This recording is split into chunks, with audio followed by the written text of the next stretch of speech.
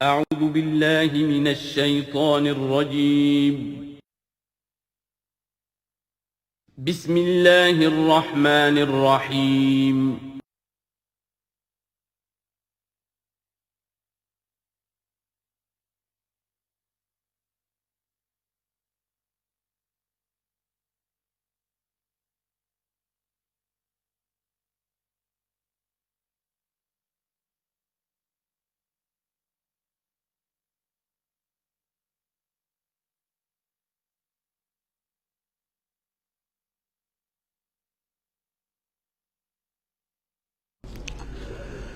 الحمدللہ وکفی والصلاة والسلام علی عبادہ الذین اصطفیٰ، خصوصاً علی افضلہم وخاتم النبیین محمد الامین وعلی آلہ وصحبہ اجمعین.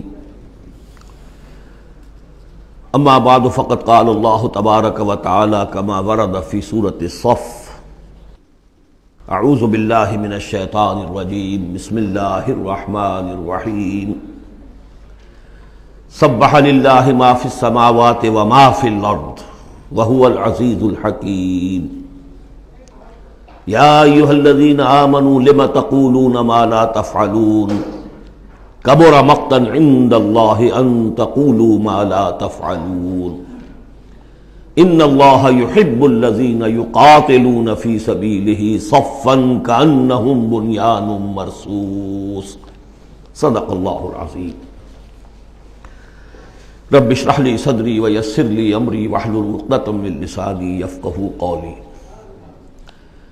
اللہم ربنا الہمنا رشدنا واعذنا من شرور انفسنا. اللہم ارنا الحق حقا وارزقنا اتباعہ وارنا الباطل باطلا وارزقنا اجتنابہ. اللہم وفقنا لما تحب وترضى. اللہم ربنا آنس وحشتنا فی قبورنا وارحمنا بالقرآن العظیم. اللہم اجعلہ لنا اماما ونورا وہدى ورحمہ. اللہم ذکرنا منہ ما نسینا وعلمنا منہ ما جہلنا وارزقنا تلاوتہ آناء اللیل وآناء النہار واجعلہ لنا حجتا یا رب العالمین، آمین. اب ہم اللہ کا نام لے کر سورہ صف کا آغاز کر رہے ہیں. میں آپ کو بتا چکا ہوں کہ جو 10 صورتیں ہیں مدنی، سورہ حدید سے سورہ تحریم تک، ان میں بالکل درمیان میں جو یہ جوڑا ہے سورہ صف اور سورہ جمعہ، اس کی امتیازی شان اسی سے نظر آ جاتی ہے کہ دونوں کا آغاز تسبیح سے ہوا ہے. ورنہ اب تک یہ تھا سورہ حدید کا آغاز سبح للہ ما فی السماوات والارض، پھر سورہ مجادلہ میں وہ بات نہیں، پھر سورہ حشر میں سبح للہ ما فی السماوات وما فی الارض، پھر سورہ ممتحنہ میں وہ بات نہیں. اب یہاں پھر جو آئی ہے وما فی الارض، تسبیح کرتی ہے اللہ کی ہر وہ شے جو آسمانوں میں ہے اور ہر وہ شے جو زمین میں ہے. وَهُوَ الْعَزِيزُ الْحَكِيمُ، اور وہ زبردست ہے، کمال حکمت والا. لیکن اس کے فوراً بعد سورہ جمعہ ہے، وہ ہے يُسَبِّحُ لِلَّهِ مَا فِي السَّمَاوَاتِ وَمَا فِي الْأَرْضِ. تو اس میں جوڑے ہونے کی نسبت بہت نمایاں ہو گئی.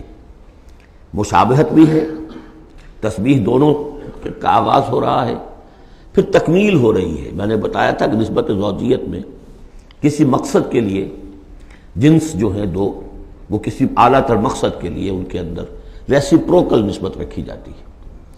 وہی یہاں ہے فعل ماضی، فعل مضارع. اور فعل مضارع عربی زبان میں حال اور مستقبل دونوں کو کور کرتا ہے. تو یہاں اس جوڑے میں آ کر ان دونوں کو جمع کر دیا گیا کہ یہ تسبیح جو ہے کائنات کے اندر، جو کائنات کی ہر شے کر رہی ہے، یہ ہمیشہ سے ہوتی آ رہی ہے، ہر دم ہو رہی ہے، ہمیشہ ہوتی رہے گی. یہ سورہ مبارکہ جیسا کہ میں نے کل آپ کو بتایا تھا، سورہ حدید کی جو آیت ہے، جس کو میں نے عرض کیا تھا، اگرچہ وہ لفظ اچھا نہیں ہے، عریاں اور ننگا. واقعتاً یہ ہے کہ پورا عریاں اور ننگا فلسفہ انقلاب سورہ حدید کی آیت نمبر 25 میں ہے. انقلاب کس لیے لایا جاتا ہے؟ فرانس کا ریولوشن کیوں آیا تھا؟ ظلم ہے، بادشاہ لوگ بیٹھے ہوئے ہیں، عیش کر رہے ہیں، لوگ کسان ہیں، مزدور ہیں، وہ کام کرتے ہیں، ٹیکس دیتے ہیں، یہ عیاشیاں کرتے ہیں بدمعاش لوگ. ظلم ہے، ختم ہونا چاہیے. لوگوں نے جانیں دی، ہزاروں نے جانیں دی. پھر شکل کیا بن گئی کہ وہ تو ایک بظاہر ڈیموکریسی ہے، عوام کی حکومت، حقیقت میں سرمایہ داروں کی آمریت قائم ہو گئی۔ ظلم ہے۔ مزدور کارخانے کے اندر کام کر رہا ہے، اس کے بچہ جو ہے بھوکا مر رہا ہے، یا وہ اگر بیمار ہو گیا تو اس کی دوا نہیں ہے، اور اس کی محنت اور مزدوری سے جو عیش کر رہے ہیں، لال پری جو ہے ان کے شام کو جو ہوتی ہے ان کے جام میں وہ کیا کیا ہوتی ہے۔ علامہ اقبال نے کس قدر تلخ حقیقت کہی ہے۔ یہ کیا ہے؟ مزدور۔ خواجہ از خون رگے مزدور سازد لال ناب، یہ سرمایہ دار جو ہیں یہ مزدوروں کے رگوں کی خون جو ہے سرخ، اس سے کشید کر کے اپنی وہ لال پری جو ہے شام کو پیتے ہیں بیٹھ کر۔ انقلاب ہے، انقلاب ہے، انقلاب۔ نتیجہ یہ ہوا کہ بولشوک ریولوشن آیا، پھر مصیبت، اب ایک پارٹی ڈکٹیٹرشپ قائم ہو گئی۔ آسمان سے گرے، کھجور میں اٹکے، کھجور سے گرے، کسی کھائی میں جا گرے۔ یہ سارا چکر کیوں ہو رہا ہے؟ ان سرچ آف جسٹس، یہ ساری جد و جہد انسان کیوں کر رہا ہے؟ تو اب ایک تو ہے کہ ایک سیکولر انداز میں جسٹس فیئر پلے اس کی بات ہوتی ہے۔ دین میں آپ دیکھیے کہ قرآن نے جس طرح میں نے کل آپ کو بتایا، اللہ قائم بالقسط ہے۔ مسلمانوں کا بحیثیت امت رول یہ ہے، یا ایھا الذین آمنوا کونوا قوامین بالقسط، یا ایھا الذین آمنوا کونوا قوامین للہ شہداء بالقسط۔ محمد کو کیوں بھیجا؟ کہہ دیجئے کہ مجھے بھیجا گیا کہ میں عدل قائم کروں۔ اور اب جو آیت آ گئی، ہم نے تمام رسول اسی لیے بھیجے، کتابیں اسی لیے بھیجیں، میزان اسی لیے نازل کی۔ لقد ارسلنا رسلنا بالبینات وانزلنا معهم الکتاب والمیزان لیقوم الناس بالقسط۔ لوگوں نے کیا کیا؟ نبی آ گئے، انہیں پوجنا شروع کر دیا۔ باقی ظلم کا ظلم جھو کر تو چل رہا ہے، انہیں پوج لو، خدا کا بیٹا بنا دو، کچھ اور بنا دو، اور یہ اللہ آئے ان کو جو بھی چاہو بنا دو۔ لیکن نظام ظالمانہ قائم رہا دنیا میں۔ یہ محمد عربی کا کمال ہے، انہوں نے آ کر نظام کو بدلا ہے۔ در حقیقت یہ جو تکمیل ہوئی ہے اس پروسیس کی، اس لیے آپ رسول کامل ہیں، آخری رسول اور کامل رسول، جنہوں نے آ کر نظام عدل و قسط کو بالفعل برپا کیا۔ چنانچہ وہ جو ایک عام قانون آیا، پھر اس میں اتنی ننگی بات، لوہا استعمال ہو سکتا ہے، طاقت استعمال ہوگی ظلم کے خاتمے کے لیے، اور ان تمام جتنی بھی ناانصافیاں ہیں ان کو ختم کر دیں۔ اگرچہ یہ لوہا کسی طریقے سے استعمال ہوگا، یہ لوہا خودکشی کے کام بھی آ سکتا ہے، خودکشی نہیں کرنی ہے، اس کے کچھ شرائط ہیں، اس کے ضوابط ہیں۔ پہلے کوئی طاقت فراہم کرو، پہلے کوئی نظریہ عام کرو، جو لوگ نظریہ قبول کر لیں انہیں جمع کرو، انہیں منظم کرو، انہیں ٹرین کرو، انہیں قوت بناؤ، پھر باطل سے ٹکراؤ۔ اگر ایسے کھڑے ہو جاؤ گے تو خودکشی ہو جائے گی، نعرہ مارا اور خودکشی ہو گئی۔ بہرحال وہ جو ننگا انقلابی نظریہ ہے وہ حضور کی شخصیت کے ضمن میں اس آیت میں آ کر اب وہ واحد کے صیغے میں آ گیا، هو الذی ارسل رسولہ بالہدی ودین الحق لیظہرہ علی الدین کلہ۔ سورہ توبہ میں بھی آ چکی، سورہ فتح میں آ چکی، اب اس سورہ مبارکہ کا مرکزی مضمون وہی ہے۔ لیکن اس کے یوں سمجھ لیجئے کہ یہ اس کے 4 حصے کر لیجئے، 4 آیتیں، پھر 4 آیتیں، پھر 4 آیتیں۔ پہلی 4 آیتیں تمہیدی بھی ہیں، اور ایک اعتبار سے اس میں اصل میسج آ گیا ہے۔ دوسری 4 آیتوں میں سابقہ امت مسلمہ یعنی یہود کا طرز عمل ہے۔ تیسری آیت میں بعثت محمدی کا مقصد اور اس کے لیے مسلمانوں کو دعوت جہاد۔ 12 آیتیں یہ ہو جائیں گی۔ 2 آیتیں پھر بڑی خاص قسم کی ہیں کہ جو لوگ اس صورت کے پیغام کو قبول کریں اور اختیار کر لیں، ان کے کیا کیا مدارج ہیں، دنیا میں کیا ہے، آخرت میں کیا ہے۔ بسم اللہ الرحمن الرحیم، سبح للہ ما فی السماوات وما فی الارض وہو العزیز الحکیم۔ اب آ رہی ہے بات بالکل دو ٹوک، وہی جو میں نے کہا تھا ان تمام صورتوں میں ہے، زجر، توبیخ، جھنجھوڑنے کا انداز۔ کیا ہو گیا مسلمانوں تمہیں؟ یا ایھا الذین آمنوا ما لکم لم تقولون ما لا تفعلون، تمہیں کیا ہو گیا ہے مسلمانوں، تم جو کہتے ہو وہ کرتے نہیں، کیوں کہتے ہو جو کرتے نہیں؟ ایمان اللہ پر اور اس کے حکم پاؤں تلے، ایمان رسول کا، محبت اور عشق کے دعوے اس کی سنتوں یہ دجیاں بکھیر دو۔ کیا ہے اس وقت نہیں تھا یہ، میں نے کہا وہاں تو ذرا سی کمی آئی تھی، ابھی اوسط کچھ گرا تھا، اس کے اوپر یہ پکڑ آ رہی ہے، تو آج سوچئے کہ آج اگر کہیں قرآن نازل ہو جائے اور آج اگر کہیں محمد رسول اللہ آ جائے تو اس امت کو دیکھ کر کیا کہیں گے کہ میری امت ہے؟ یہ 1.5 ارب انسان میری امت ہے۔ لما تقولون ما لا تفعلون کبر مقتا عند اللہ ان تقولوا ما لا تفعلون، بڑی شدید بیزاری کی بات ہے اللہ کے نزدیک کہ تم کہو جو کرتے نہیں۔ اب بتائیے اس سے بڑی زجر و توبیخ کیا ہوگی؟ اچھا، معلوم ہوتا ہے کہ شاید کچھ لوگوں نے محبت رسول کے دعوے کیے ہوں گے۔ جاننا چاہتے ہو اللہ کو کون محبوب ہیں؟ ان اللہ یحب الذین یقاتلون فی سبیلہ صفا کانہم بنیان مرصوص۔ اللہ کو تو محبوب ہیں اپنے وہ بندے جو صفیں باندھ کر، اور صفیں بھی ایسی بنیان مرصوص۔ آج کل کا تصور کیجئے، ری انفورسڈ کانکریٹ والز جو بڑے بڑے ڈیمز کی بنائی جاتی ہیں، اس زمانے میں بھی تھا، چنائی کر کے پھر تانبا اس کے اندر جو ہے وہ پگھلا کر، جو ہم دیکھ آئے ہیں ذوالقرنین کے معاملے میں، آتونی افرق علیہ قطرہ، اب وہ جو ہے وہ فورٹیفائڈ ایسی صفیں۔ آج ایک صاحب نے توجہ دلائی، اسی کا عکس ہونا چاہیے ہماری جب نماز کے اندر صف بندی ہوتی ہے، کوئی خلا نہیں ہونا چاہیے۔ حضور نے فرمایا کہ شیطان کھڑا ہوتا ہے بیچ میں، پھر کندھے سے کندھا ملا ہونا چاہیے، لیکن ہمارے ہاں اس کا کوئی اہتمام نہیں ہوتا۔ ہمارے ہاں اہل حدیث حضرات کو اہتمام کرتے، لیکن یہ ہے کہ کندھے سے کندھا ملنا اور پاؤں کے محاذات ایک ہونے چاہیے، آگے پیچھے نہ ہو۔ بہرحال یہ ضرورت ہے، اس کی ائمہ کو بھی کرنی چاہیے کوئی نہ کوئی توجہ۔ تو یہ اصل میں سمم بونم ایک اصطلاح ہے فلسفے کی، کہ ہر فلسفہ اخلاق میں ایک تصور ہوتا ہے خیر اعلیٰ، the highest good, highest virtue کیا ہے۔ آپ ایک فلسفہ دیتے ہیں اخلاق کا، اس کی روح سے سب سے بڑی نیکی کون سی ہے، تو جان لیجئے اسلام میں سمم بونم، اسلام کا خیر اعلیٰ قتال فی سبیل اللہ ہے۔ ان اللہ یحب الذین یقاتلون فی سبیلہ صفا کانہم بنیان مرصوص۔ اب سوچ لو، دیکھ لو، سوچ سمجھ کر قدم رکھو، جس کو ہو جان و دل عزیز اس کی گلی میں جائے کیوں۔ اس راستے پر آنا ہے تو یہ سمم بونم ہے۔ یہ 4 آیتیں ہو گئیں تمہید کی، 4 آیتیں ہیں اب۔ بنی اسرائیل نے کیا کیا اللہ کے جلیل قدر پیغمبروں کے ساتھ؟ وَإِذْ قَالَ مُوسَىٰ لِقَوْمِهِ يَا قَوْمِ لِمَ تُؤْذُونَنِي وَقَدْ تَعْلَمُونَ أَنِّي رَسُولُ اللَّهِ إِلَيْكُمْ۔ یاد کرو جب کہ کہا موسیٰ نے اپنی قوم سے، اے میری قوم کے لوگوں کیوں مجھے ایذا دے رہے ہو، کوفت پہنچا رہے ہو، تکلیف دے رہے ہو۔ وَقَدْ تَعْلَمُونَ أَنِّي رَسُولُ اللَّهِ إِلَيْكُمْ، جبکہ تم جانتے ہو میں اللہ کا رسول ہوں۔ میرے نزدیک یہاں رسول بمانی نبی کے ہے۔ حضرت موسیٰ بنی اسرائیل کے لیے نبی تھے، رسول نہیں۔ رسول تھے الی فرعون، جہاں کہیں ذکر آیا بحیثیت رسول الی فرعون وملئہ، الی فرعون وملئہ، الی فرعون وملئہ، کیونکہ رسول کے بعد قاعدہ یہ ہوتا ہے کہ پھر رسول کی بات نہ مانے تو قوم ہلاک کی جاتی ہے۔ حضرت موسیٰ کی بات نہیں مانی، 4 کے سوا ہلاک نہیں کی گئے۔ تو حضرت موسیٰ کی حیثیت بنی اسرائیل کے لیے نبی کی ہے، لیکن آل فرعون کے لیے وہ رسول تھے، مانو مجھے اور میرے ساتھ واپس کرو ان کو، بنی اسرائیل کو۔ وقت تعلمون انی رسول اللہ علیکم، یہاں تو میں اللہ کا نبی ہوں۔ فلما زاغوا، جب وہ کج ہو گئے، ٹیڑھے ہو گئے، ازاغ اللہ قلوبہم، اللہ نے بھی ان کے دلوں کو ٹیڑھا کر دیا۔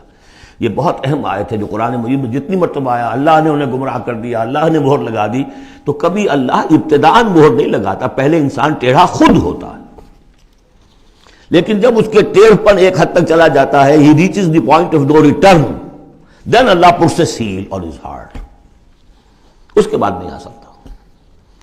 تو جب وہ ٹیڑھے ہو گئے اللہ نے ان کے دلوں کو بھی ٹیڑھا کر دیا۔ واللہ لا یہدی القوم الفاسقین، اللہ فاسقوں کو زبردستی ہدایت نہیں دیتا۔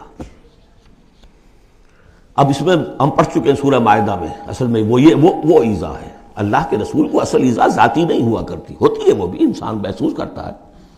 اور میں بتا چکا ہوں آپ کو سورہ احزاب میں کہ حضور حضرت موسیٰ کے ساتھ بھی اس طرح کا معاملہ کیا، لیکن حضور کے ساتھ بھی کیا، لیکن اصل ایذا جو یہاں ہو رہی ہے قتال کے لفظ کے ذکر کے ساتھ جو آ رہی ہے وہ یہ ہے۔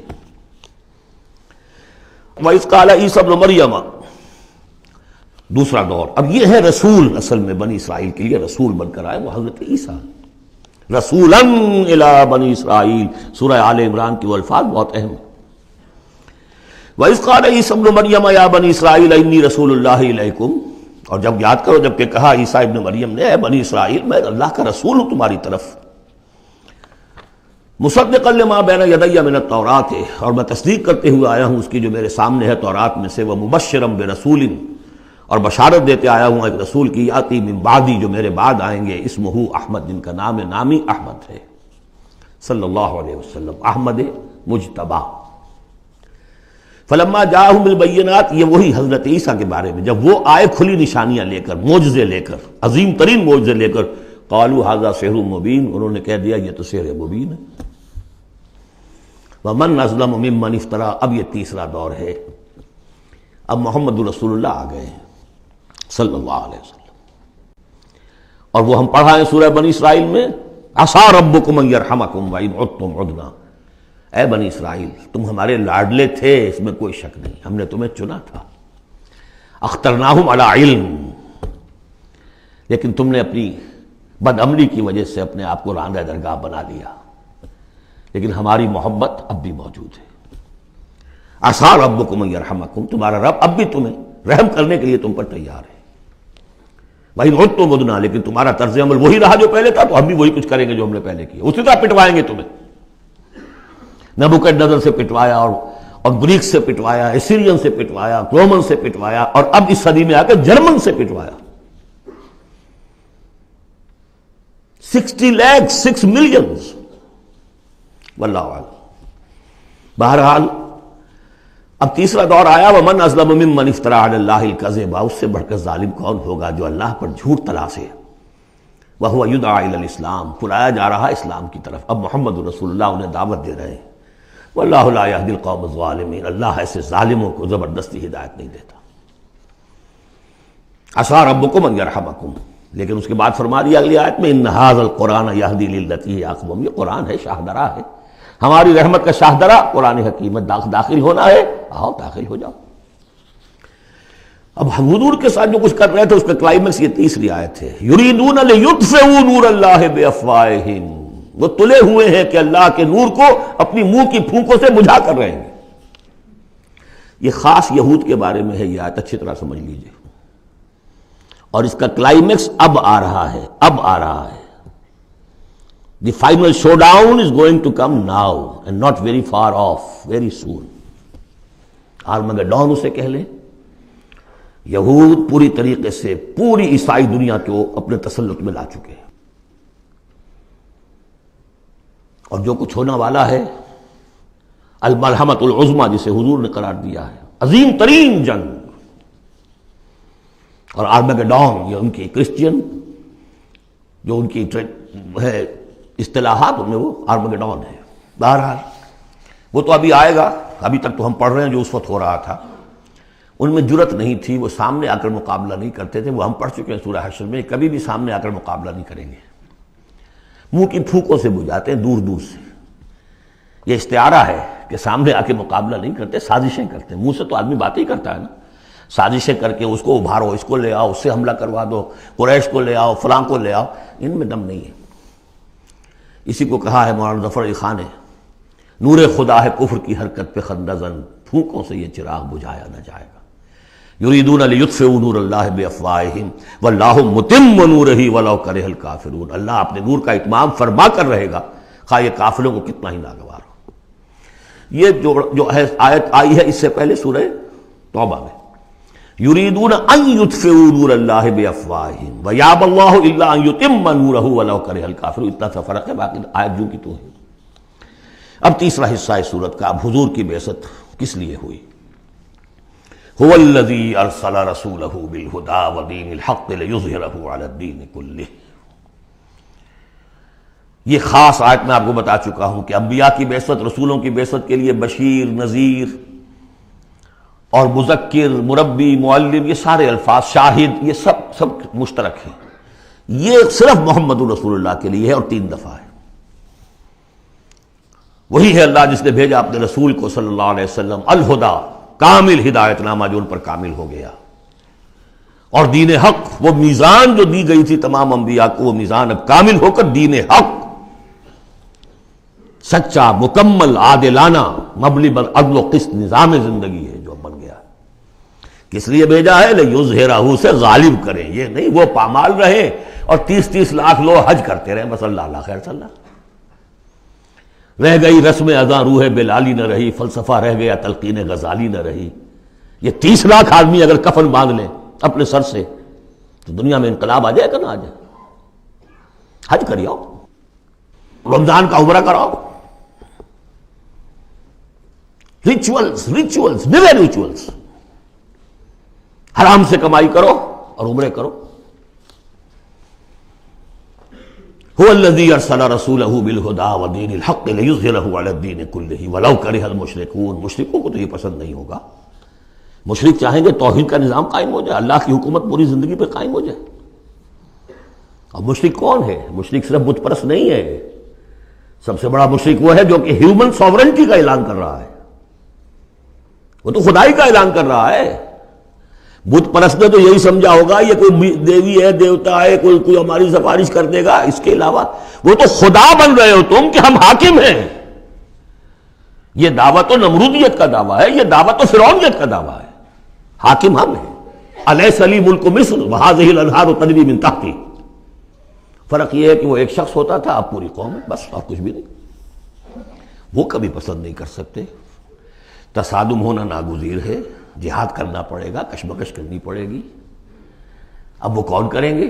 جو اللہ کو ماننے کا دعویٰ کرے اور رسول کو ماننے کا دعویٰ کرے. اگلی آیت پڑھ لیجئے.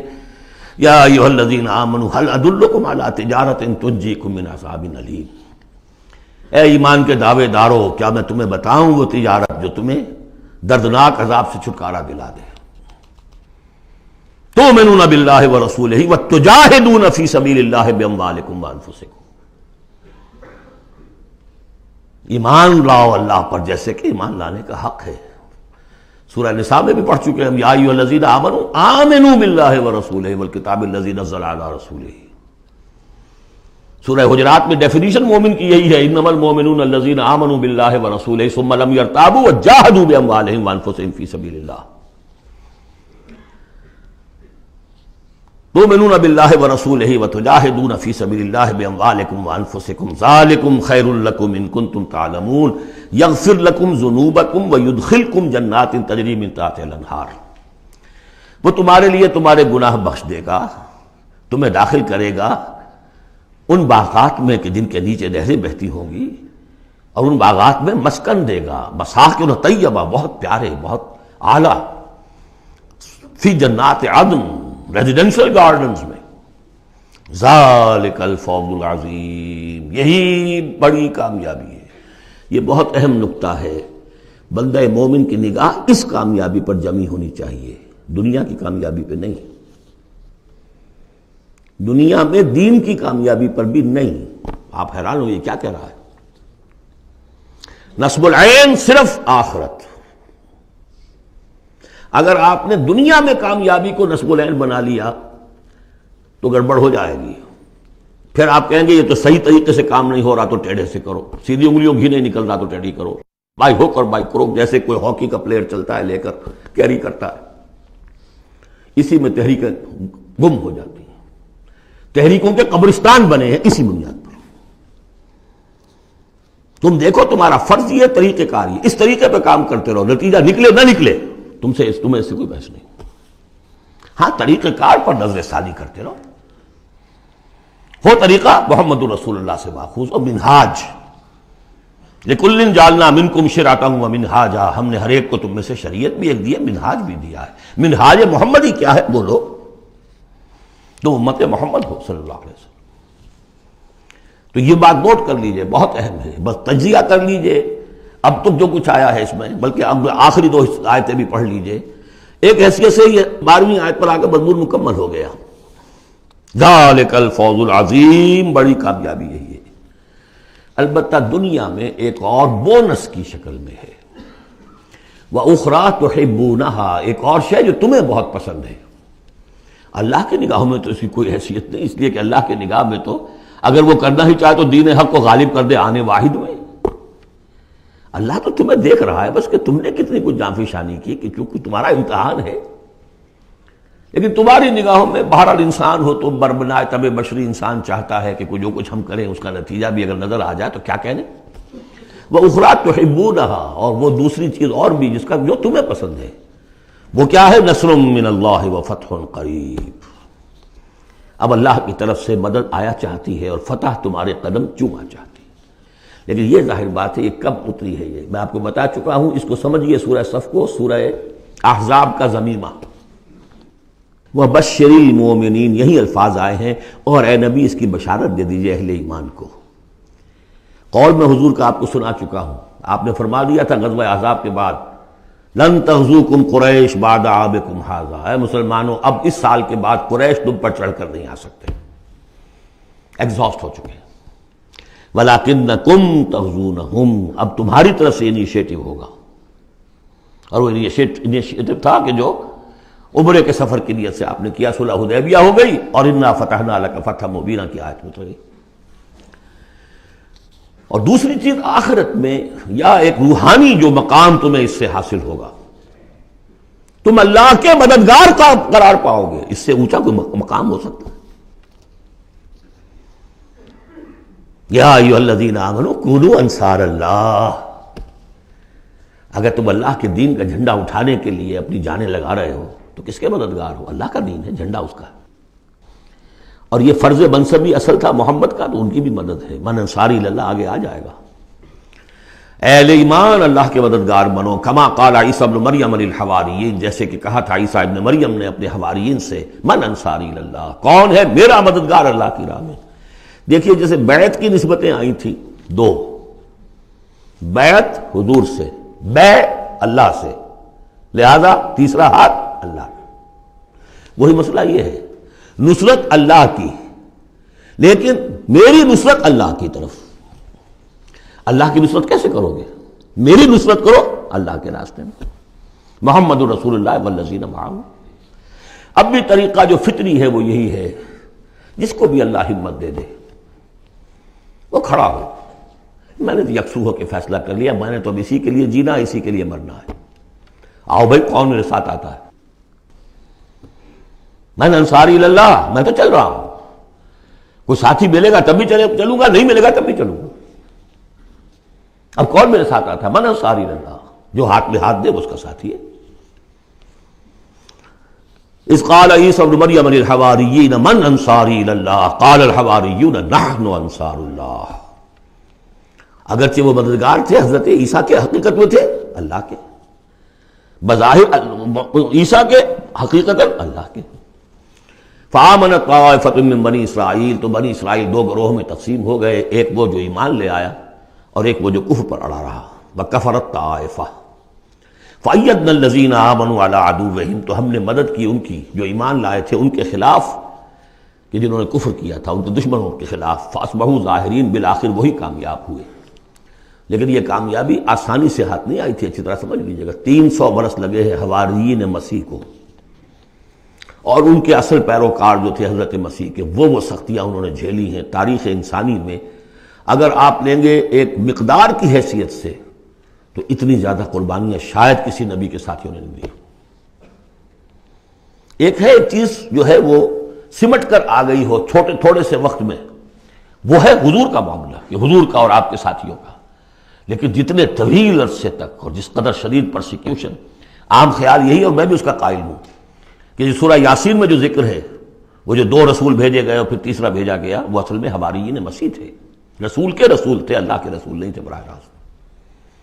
اسی طریقے سے آپ کو معلوم ہے جو پرسیکیوشنز ہوئی ہیں ان کی، جس طریقے سے انہیں ستایا گیا ہے، جو اصحاب الاخدود تھے وہ بھی عیسائی تھے، جن کو کہ یہودیوں نے جلایا، ابو نواس نے، وہ بھی عیسائی تھے، حضرت مسیح کے ماننے والے۔ اسی طریقے سے یہ 7 سلیپرز کون تھے جو جان بچا کر گئے تھے؟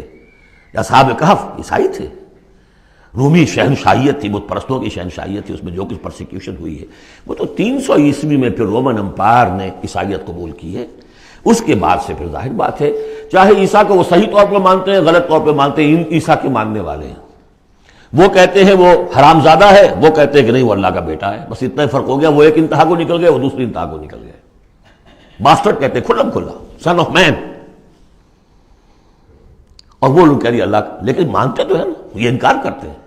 تو مان ہمارے ہاں بھی کتنے ہی لوگ ہیں حضور کے رتبے کو جب نعتوں میں بیان کرنے آئیں گے اللہ سے کم چھوڑتے ہیں، اللہ سے اوپر بنا دیتے ہیں۔ اوتار کا عقیدہ تو میں آپ کو بتا چکا ہوں، وہی جو مصطفی عرش تھا خدا ہو کر اتر پڑا وہ مدینے میں مصطفیٰ ہو کر۔ مدینے کی مسجد میں ممبر کے اوپر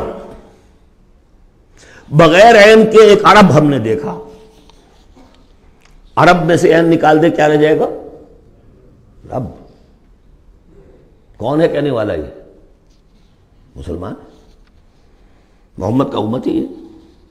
تو یہ جو انتہائیں ہوتی ہیں، غلو ہوتا ہے، یا اہل الکتاب لا تغلو فی دینکم، تو غلو ہم کم ہے کم کرنے والے۔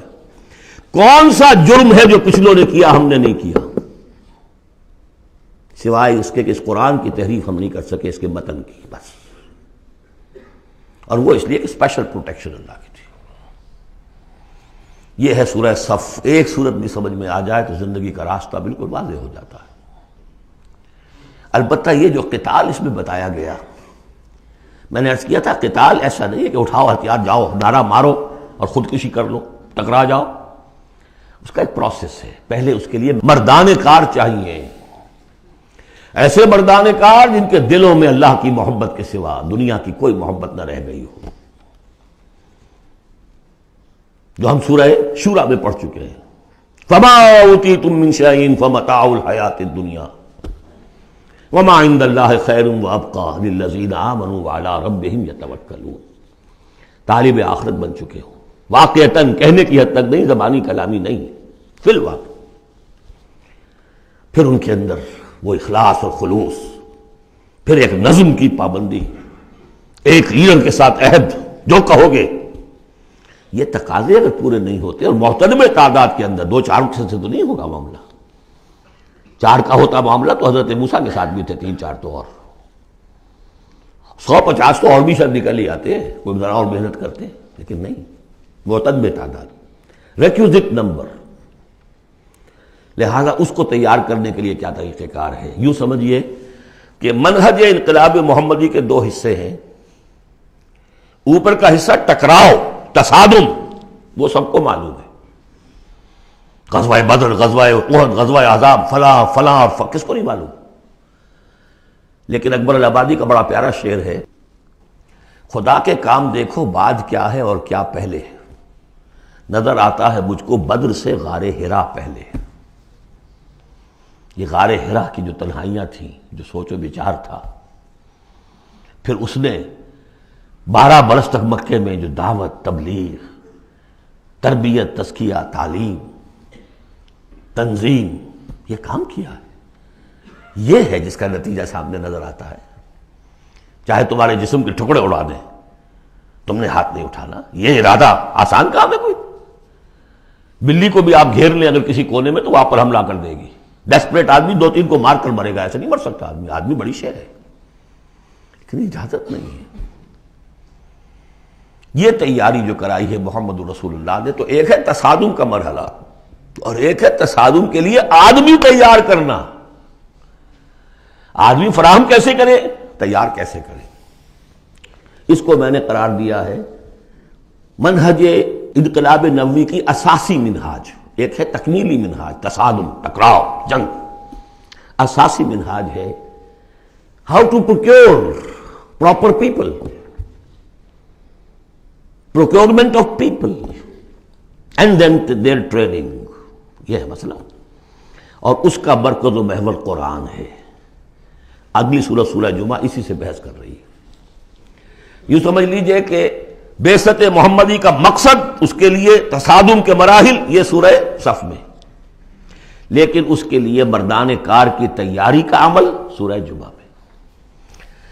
بسم اللہ الرحمن الرحیم، یسبح للہ ما فی السماوات وما فی الارض الملک القدوس العزیز الحکیم، هو الذی بعث فی الامیین رسولا منہم یتلو علیہم آیاتہ ویزکیہم ویعلمہم الکتاب والحکمہ۔ اب دیکھیے آپ، جیسے وہ آیت 3 دفعہ آ چکی تھی، یہ 4تھی مرتبہ آ رہی۔ وہ بنیادی طریقہ کار کیا تھا؟ قرآن کی تلاوت۔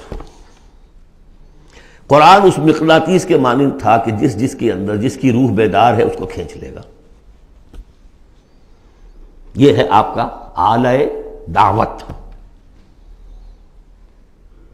اب آپ کے پاس وہ آ گئے جو سلیم الفطرت، کسی درجے میں سلام، جن کی زیادہ سلیم الفطرت اور زیادہ جو ہے وہ فوراً آ گئے، کچھ کو تھوڑا سا وقت لگا، پھر کچھ اور وقت لگا، کچھ اور وقت لگا، تو 12 برس میں مکے کی جو ہے وہ ہانڈی کے اندر پوری طرح بلو کر نکال دیا گیا۔ اور جو نکالا پھر ان کی تربیت، ان کی تعلیم اسی کتاب سے، حکمت قرآن پر بیس کر رہا ہے سارا پروسیس، تربیت بھی قرآن سے، تزکیہ بھی قرآن سے، دعوت بھی قرآن سے، تذکیر بھی قرآن سے، تبشیر بھی قرآن سے، انذار بھی قرآن سے۔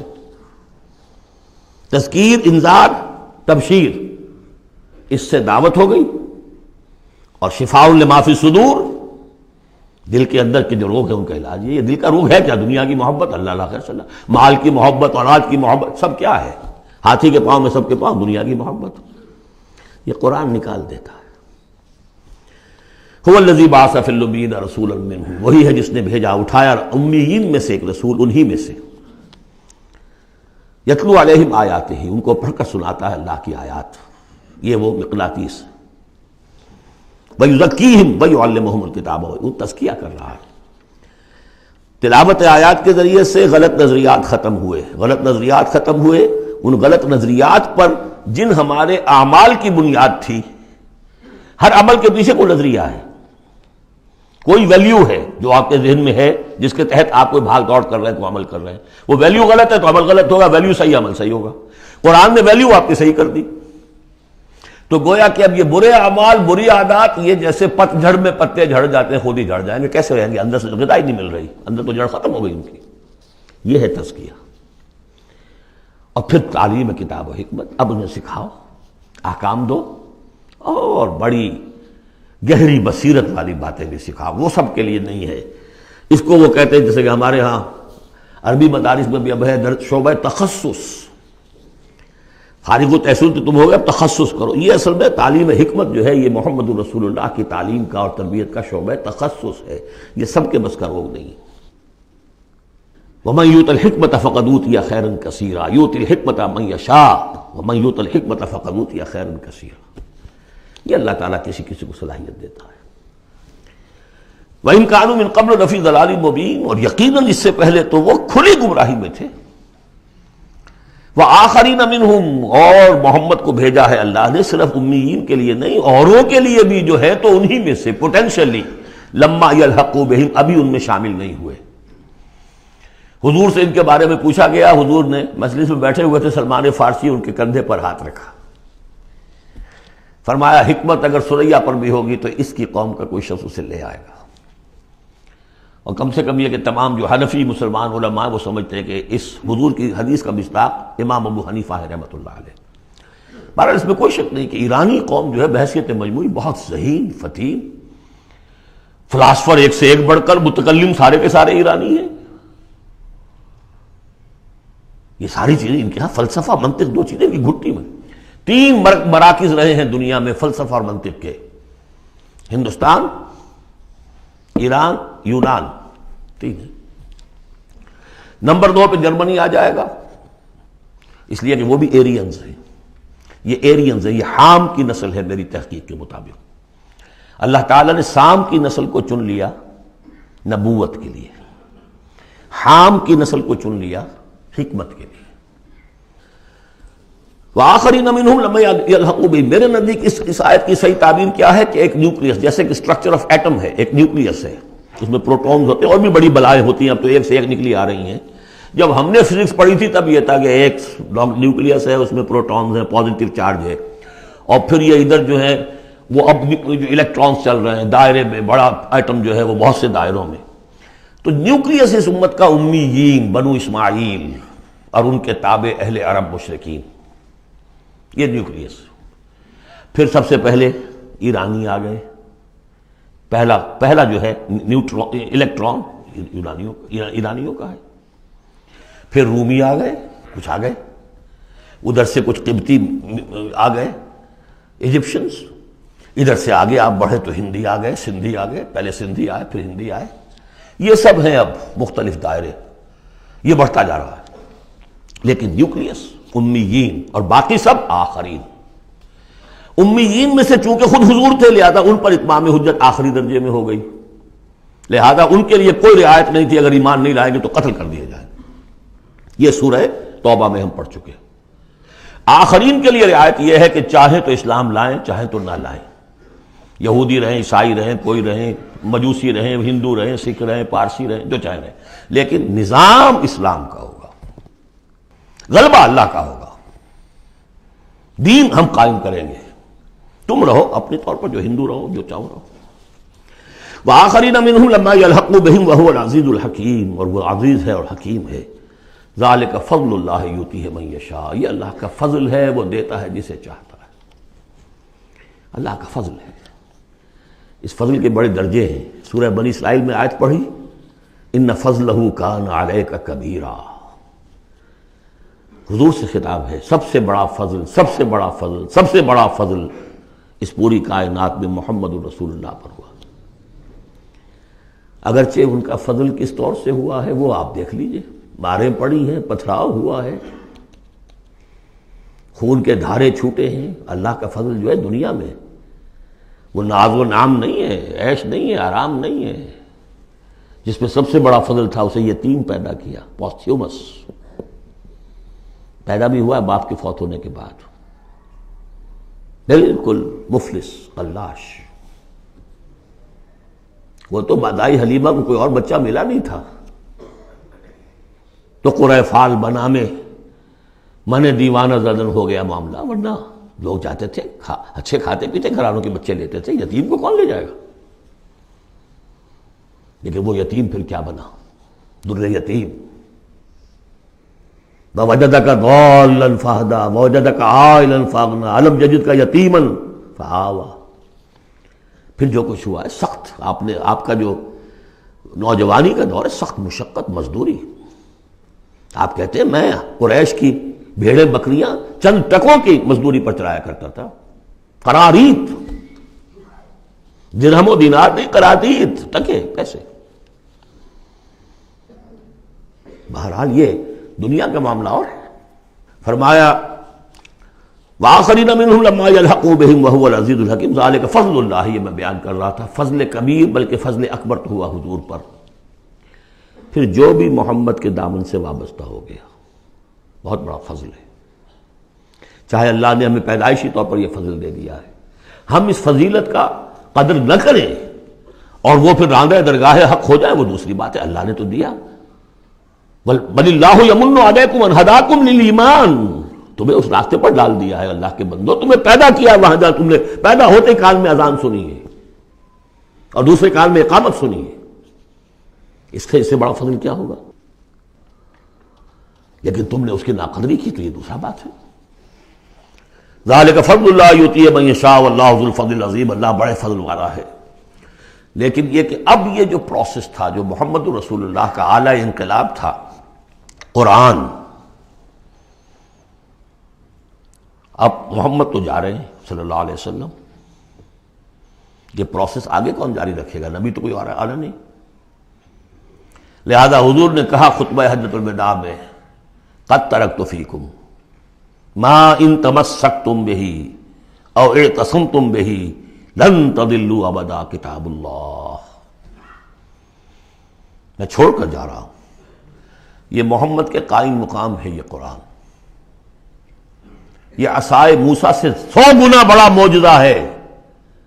عصائے موسیٰ صرف موسیٰ کے ہاتھ میں تھا تو معجزہ تھا، بعد میں تو وہ لٹھیا کی لٹھیا ہے، اور کیا ہے، پڑا ہوگا کسی ٹرنک کے اندر، شاید ہو اب بھی، جیسے کہ کہتے ہیں یہودی ہے لاٹھی ہے، اب وہ سانپ تو نہیں بنے گا کسی کے لیے۔ یہ معجزہ ہے جو ہر ایک کے ہاتھ میں آ سکتا ہے، بشرطے کہ اس کا حق پہچانے، اس کا حق ادا کرے، اس کی قدر و قیمت کو جانے۔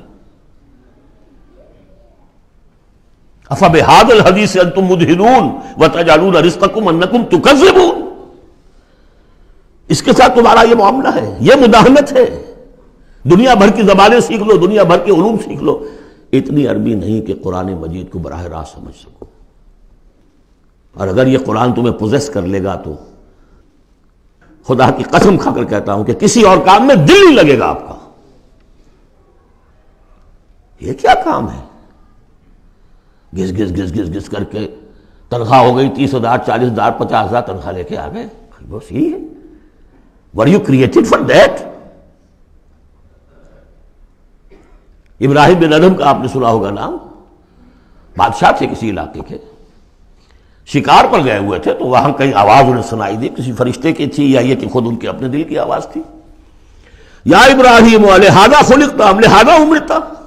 اے ابراہیم سوچو, کیا اس کام کے لیے تمہیں پیدا کیا گیا تھا؟ کیا تم اس کام کے لیے پیدا کیے گئے تھے اور تمہیں اس کام کا حکم ہوا تھا شکار کرو جا کر؟ بس وہیں سے کایا پلٹ ہوئی. تو سوچنے کی بات ہے. اب ترتیب بتا رہا تھا اصل میں, ورنہ بات لمبی ہو جائے گی, کہ اب یہ قرآن کے بارے میں تمہارا طرز عمل کیا ہوگا. تصویر دکھائی جا رہی ہے پھر سابقہ امت کی, انہیں بھی ہم نے دی تھی کتاب تورات. مثل الذین حملوا التوراۃ ثم لم يحملوها كمثل الحمار يحمل اسفارا. مثال ان لوگوں کی جو حامل تورات بنائے گئے پھر وہ اس کے حامل ثابت نہ ہوئے. اور حمل میں خاص ایک بات ہے, حمال کسے کہتے ہیں؟ بوجھ اٹھا کر ایک جگہ سے دوسری جگہ لے کر جانا, حمال اسے کہتے ہیں. اسر اور حمل میں میں نے فرق بتایا تھا آپ کو سورہ بقرہ جب پڑھ رہے تھے آخری, کہ اسر وہ بوجھ ہے جس کے نیچے انسان دب کر رہ جائے, چل نہ سکے, اسر ہے. اور حمل وہ ہے جس کو لے کر چل سکے. اب عورت کا بھی حمل ہوتا ہے, وہ لے کر چلتی ہے. بہرحال جب ایڈوانس پریگننسی ہوتی ہے دکھ تو ہے, تکلیف ہے, وہن علی وہن تو ہے, چل سکتی ہے. اسی طرح حمال ہے, وہ لے کے جا رہا ہے. تو حمل التوراۃ, یہ اللہ تعالیٰ جس کو کتاب دیتا ہے حامل بناتا ہے, اس کے ذمے سے پہنچاؤ. لتبیننہ, تمہارا فرض ہے اسے واضح کرو, اسے عام کرو. یا اہل القرآن, حضور نے فرمایا ہے قرآن والوں, لا تتوسدوا القرآن, قرآن کو تکیہ نہ بنا لینا, ایک ذہنی سہارا. ہمارے پاس اللہ کی کتاب ہے, 40 من سونا ہم نے لگا دیا ہے اس قرآن کو تاروں سے لکھنے پر. معلوم ہے آپ کو, رکھا ہوا ہے ہمارے ہاں, ایوبی دور کی یادگار. بہرحال قرآن مجید کے حامل بنائے گئے تھے اس لیے کہ اوروں تک پہنچاؤ. ثم لم يحملوها, انہوں نے نہیں اٹھایا. کمثل الحمار, ان گدھوں کے مانند ہیں. يحمل اسفارا, جو کتابوں کا بوجھ اٹھائے پھر رہا. مکالمات فلاطن بھی لکھ دیجئے آپ, باندھ کر گشڑی رکھ دے, انسائکلوپیڈیا برٹانیکا پورا رکھ دے, گدھے کو کیا فائدہ اس سے. مثل القوم الذین کذبوا بآیات اللہ, مثال اس قوم کی جس نے اللہ کی آیات کو جھٹلایا. بے صاحب بہت بری ہے. اب یہ جھٹلانا میں پہلے واضح کر چکا ہوں سورہ واقعہ پڑھتے ہوئے, یہ جھٹلانا ہے, یہ ہمارا قرآن کو جھٹلا رہے ہیں ہم اپنے عمل سے. ایک شخص آپ سے پوچھے گا آپ قرآن کو اللہ کا کتاب مان جی؟ میں مانتا ہوں. آپ نے کبھی پڑھا اس کو؟ آپ 7 سمندر کا سفر پار کر کے یہاں MBA کرنے تشریف لے آئے ہیں امریکہ میں. MBA معلوم ہوتا ہے کہ کوئی پتہ نہیں, کوئی جنت کی کوئی سیٹ ہے کیا ہے. قرآن آپ نے نہیں پڑھا تو کیسا ایمان ہے آپ کا قرآن پر؟ کیا جواب دیں گے؟ تکذیب کر رہے ہیں اپنے عمل سے. بئس مثل القوم الذین کذبوا بآیات اللہ واللہ لا یہدی القوم الظالمین. اللہ ایسے ظالموں کو زبردستی تو ہدایت نہیں دیتا. اللہ کی ہدایت ایسی گھٹیا شے تو نہیں ہے, اتنی حقیر شے تو نہیں ہے. اب دیکھیے 4 آیتیں, یہ یہاں پر بھی 4 4 جمع 3 کی تقسیم ہے. 4 آیتیں پوری ہو گئی تھی. حضور کی بعثت 2 میں ہے. امیین نیوکلیس ہے, آخرین سب الیکٹرانز ہیں اس کے چاروں طرف. یہ ملٹی نیشنل امت ہے. ملٹی نیشنل فرمز تو آپ کو معلوم ہے, ملٹی نیشنل. جبکہ سابق جو امت تھی بنی اسرائیل, وہ یونی ریشیل, ایک نسل کی. یونی ریشیل, یونی نیشنل, یہ multi racial, multi national. Hindi بھی, فارسی بھی, ایرانی بھی, ترک بھی, چینی بھی. اب تو دنیا کا میں نہیں سمجھتا کہ کوئی قوم رہ گئی ہو, کوئی نسل رہ گئی ہو جس میں کچھ نہ کچھ مسلمان موجود نہ ہوں. اور دوسری بات یہ کہ حضور کا بنیادی کیا ہے؟ اعلی دعوت, اعلی تربیت, جس سے کہ مردان کار تیار کیے جو جہاد اور قتال کریں گے, وہ ہے قرآن. اب آگے 4 آیتوں میں وہ جو طرز عمل ہمارا ہو گیا اس کی تصویر دکھائی جا رہی ہے بنی اسرائیل کے طرز عمل میں. مثل الذین حملوا التوراۃ ثم لم يحملوها كمثل الحمار يحمل اسفارا بئس مثل القوم الذین كذبوا بآیات اللہ واللہ لا يهدی القوم الظالمین۔ اس کے بعد نتیجہ کیا نکلتا ہے؟ جو آیات الہیہ سے رشتہ ٹوٹے گا تو سہارا کیا چیز رہ جائے گی؟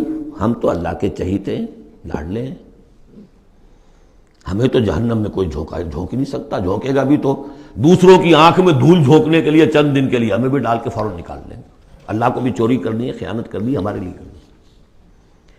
اور ہم جیسے بھی کچھ ہیں، جو بھی کچھ ہیں، زانی ہیں، شرابی ہیں، جو بھی کچھ ہیں، لیکن تیرے محبوب کی امت میں ہے۔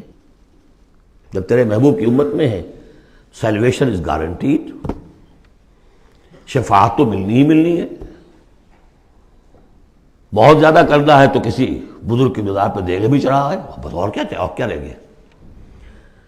یہ ہے وہ سارا معاملہ، یہ ہے وہ امانی، یہ ہے وہ من گھڑت خیالات، یہ ہے وہ وشفل تھنکنگ سے جو عقیدوں کی شکل بن جاتی ہے، جس کی وجہ سے عمل سے، وہ جو اقبال نے کہا کہ پتہ نہیں نام کیا ہے اس کا، خدا فریبی کے خود فریبی، عمل سے فارغ ہوا مسلمان بنا کے تقدیر کا بہانہ۔ وہ تقدیر کی بجائے آپ یہاں یہ عقائد جوڑ لیجئے تو پھر عمل کی کیا ضرورت ہے؟ بے وقوف ہوگا جو عمل کرے، رشوت نہ لے، عیش نہ کرائے بچوں کو، بے وقوف ہے، احمق ہے، پاگل ہے۔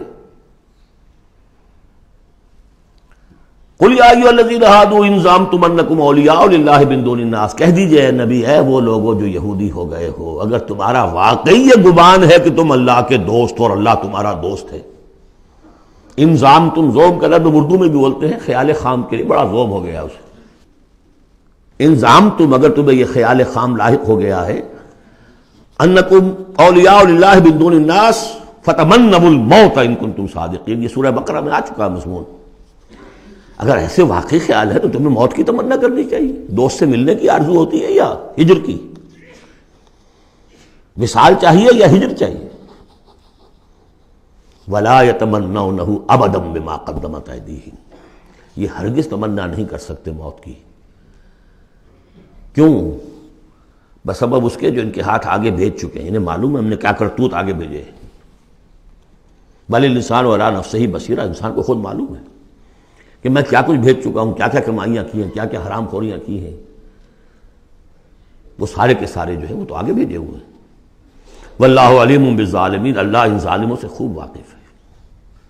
قل، اے نبی ان سے کہہ دیجئے، ان الموت الذی تفرون منہ فانہ ملاقیکم، وہ موت جس سے تم بھاگتے ہو وہ تم سے ملاقات خود فرما لے گی۔ تم بھاگتے رہو، انہ ملاقیکم، وہ آن کھڑی ہوگی سامنے۔ ثم تردون الی عالم الغیب والشہادہ، پھر تمہیں لوٹا دیا جائے گا اس ہستی کی طرف جو غیب اور شہادہ سب کا جاننے والا ہے، جو تمہارے سامنے ہے اس کا بھی، جو تمہارے پیچھے ہے اس کا بھی، جو بحیثیت نوع انسانی تمہارے لیے کھول دیا گیا اس کا بھی، اور جو تمہارے سے غیب میں رکھ دیا گیا اس کا بھی۔ فَيُنَبِّئُكُم بِمَا كُنتُمْ تَعْمَلُونَ، پھر وہ تمہیں جتلا دے گا جو کچھ تم کرتے رہے تھے۔ یہ دوسرا حصہ ہو گیا 4 آیات کا۔ گویا کہ جو کتاب محمد رسول اللہ دے کر گئے ہیں، قد ترکتم، اور جس کے لیے حکم دے کر گئے تھے کہ اب تمہارے ذمے ہے، میرے کندھے پر سے یہ بوجھ اتر کر تمہارے کندھوں پر آ گیا ہے۔ الا هل بلغت، انا نشهد انک قد بلغت وادیت ونصحت، انا نشهد انک قد بلغت الرسالۃ وادیت الامانۃ وکشفت الغمۃ، یہ تو گواہیاں لی ہیں۔ اس کے بعد اللہم اشہد، اللہم اشہد، اے اللہ تو بھی گواہ رہے، یہ مان رہے ہیں۔ اور پھر فَلْيُبَلِّغِ الشَّاهِدُ الْغَائِبَ، ایک سائی آف ریلیف، میرے کندھے پر جو بوجھ تھا، اِنَّا سَنُلْقِي عَلَيْكَ قَوْلًا ثَقِيلًا، آج وہ بوجھ میرے کندھے سے اتر گیا، لیکن تمہارے کندھوں پر آ گیا۔ مجھے تو صرف امیین تک یہ فرض براہ راست انجام دینا تھا، تمہیں پوری نوع انسانی تک انجام دینا ہے۔ A heavy burden،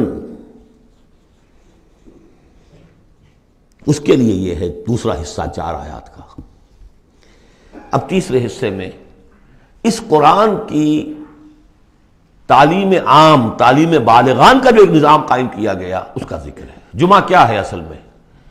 اب رہ گئی رسم ادا، روح بلالی نہ رہی، فلسفہ رہ گیا، تلقین غزالی نہ رہی۔ یہ جمعہ کیا ہے؟ یہ حزب اللہ کا ہفتے وار اجتماع ہے. کمیونسٹوں کو بھی ایجاد کرنے پڑے تھے ہفتے وار اجتماع، اسٹڈی سرکلز. اس لیے کہ انقلابی کارکن کے ذہن میں جب تک اس کا نظریہ تازہ نہ رہے وہ قربانی کیسے دے گا؟ قربانی تو ہر لحظہ آئے گی، ہر آن آئے گی، قدم قدم پر آئے گی. لہذا اس نظریے کا، نصب العین کا، اپنے مقصد کا شعور بالکل کانشس لیول کے اوپر مستحضر رہنا چاہیے. لہذا اجتماعات. اب ظہر کی نماز کی بجائے جمعہ، وہاں 4 فرض یا 2 کر دیے، 2 کی جگہ خطبہ. خطبہ کس لیے؟ تعلیم قرآن، تعلیم بالغان. ظاہر ہے وہاں کالجز نہیں تھے، کتابیں نہیں تھی، پریس نہیں تھے، چھاپے خانے نہیں تھے، آڈیوز نہیں تھے، ویڈیوز نہیں تھے، کچھ بھی تو نہیں تھا. لیکن ایک نظام ہے. ہفتے میں ایک دن ایسا نکال لو، اگرچہ پورا دن نہیں چاہیے، یوم سبت کی طرح نہیں ہے. نہاؤ دھو، اچھے کپڑے پہنو، خوشبو لگاؤ، آؤ مسجد میں چل کر. پہلی گھڑی میں آ جاؤ گے تو اتنا ثواب ہوگا جتنا کہ ایک اونٹ کی قربانی کا. ہم نے آنکھوں سے دیکھا ہوا بچپن میں 7-8 بجے کے قریب مسجدوں کے اندر ہجوم ہوتے تھے، لوگ پہنچ جاتے تھے گاؤں سے، اس لیے گاؤں میں جمعہ ہوتا نہیں تھا.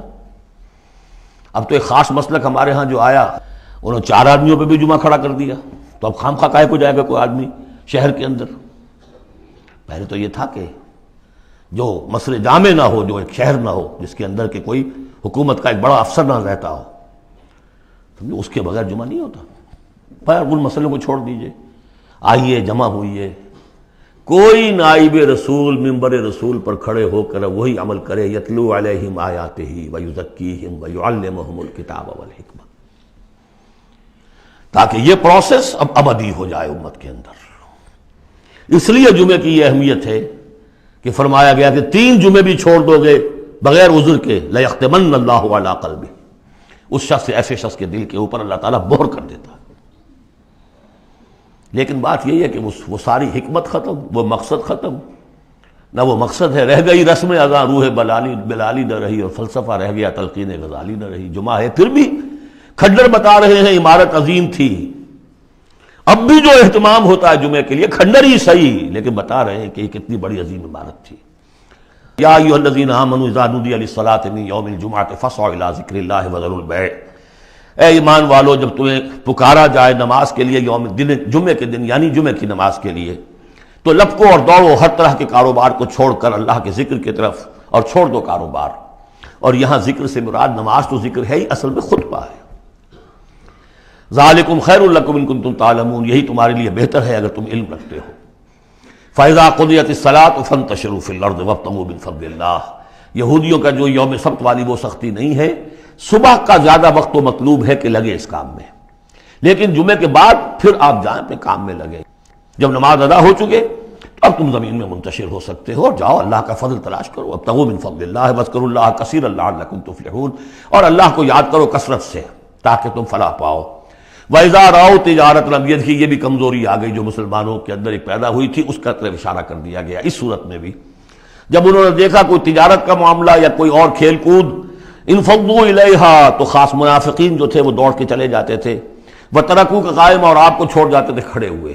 اور اس لیے کہ عام خیال یہ ہے کہ عام طور پر پہلے جو ہے خطبہ جیسے عیدین میں بعد میں ہوتا ہے، ایسے ہی جمعے کا خطبہ بھی بعد میں ہوتا ہے. سمجھا انہوں نے نماز تو ہو گئی، چلو.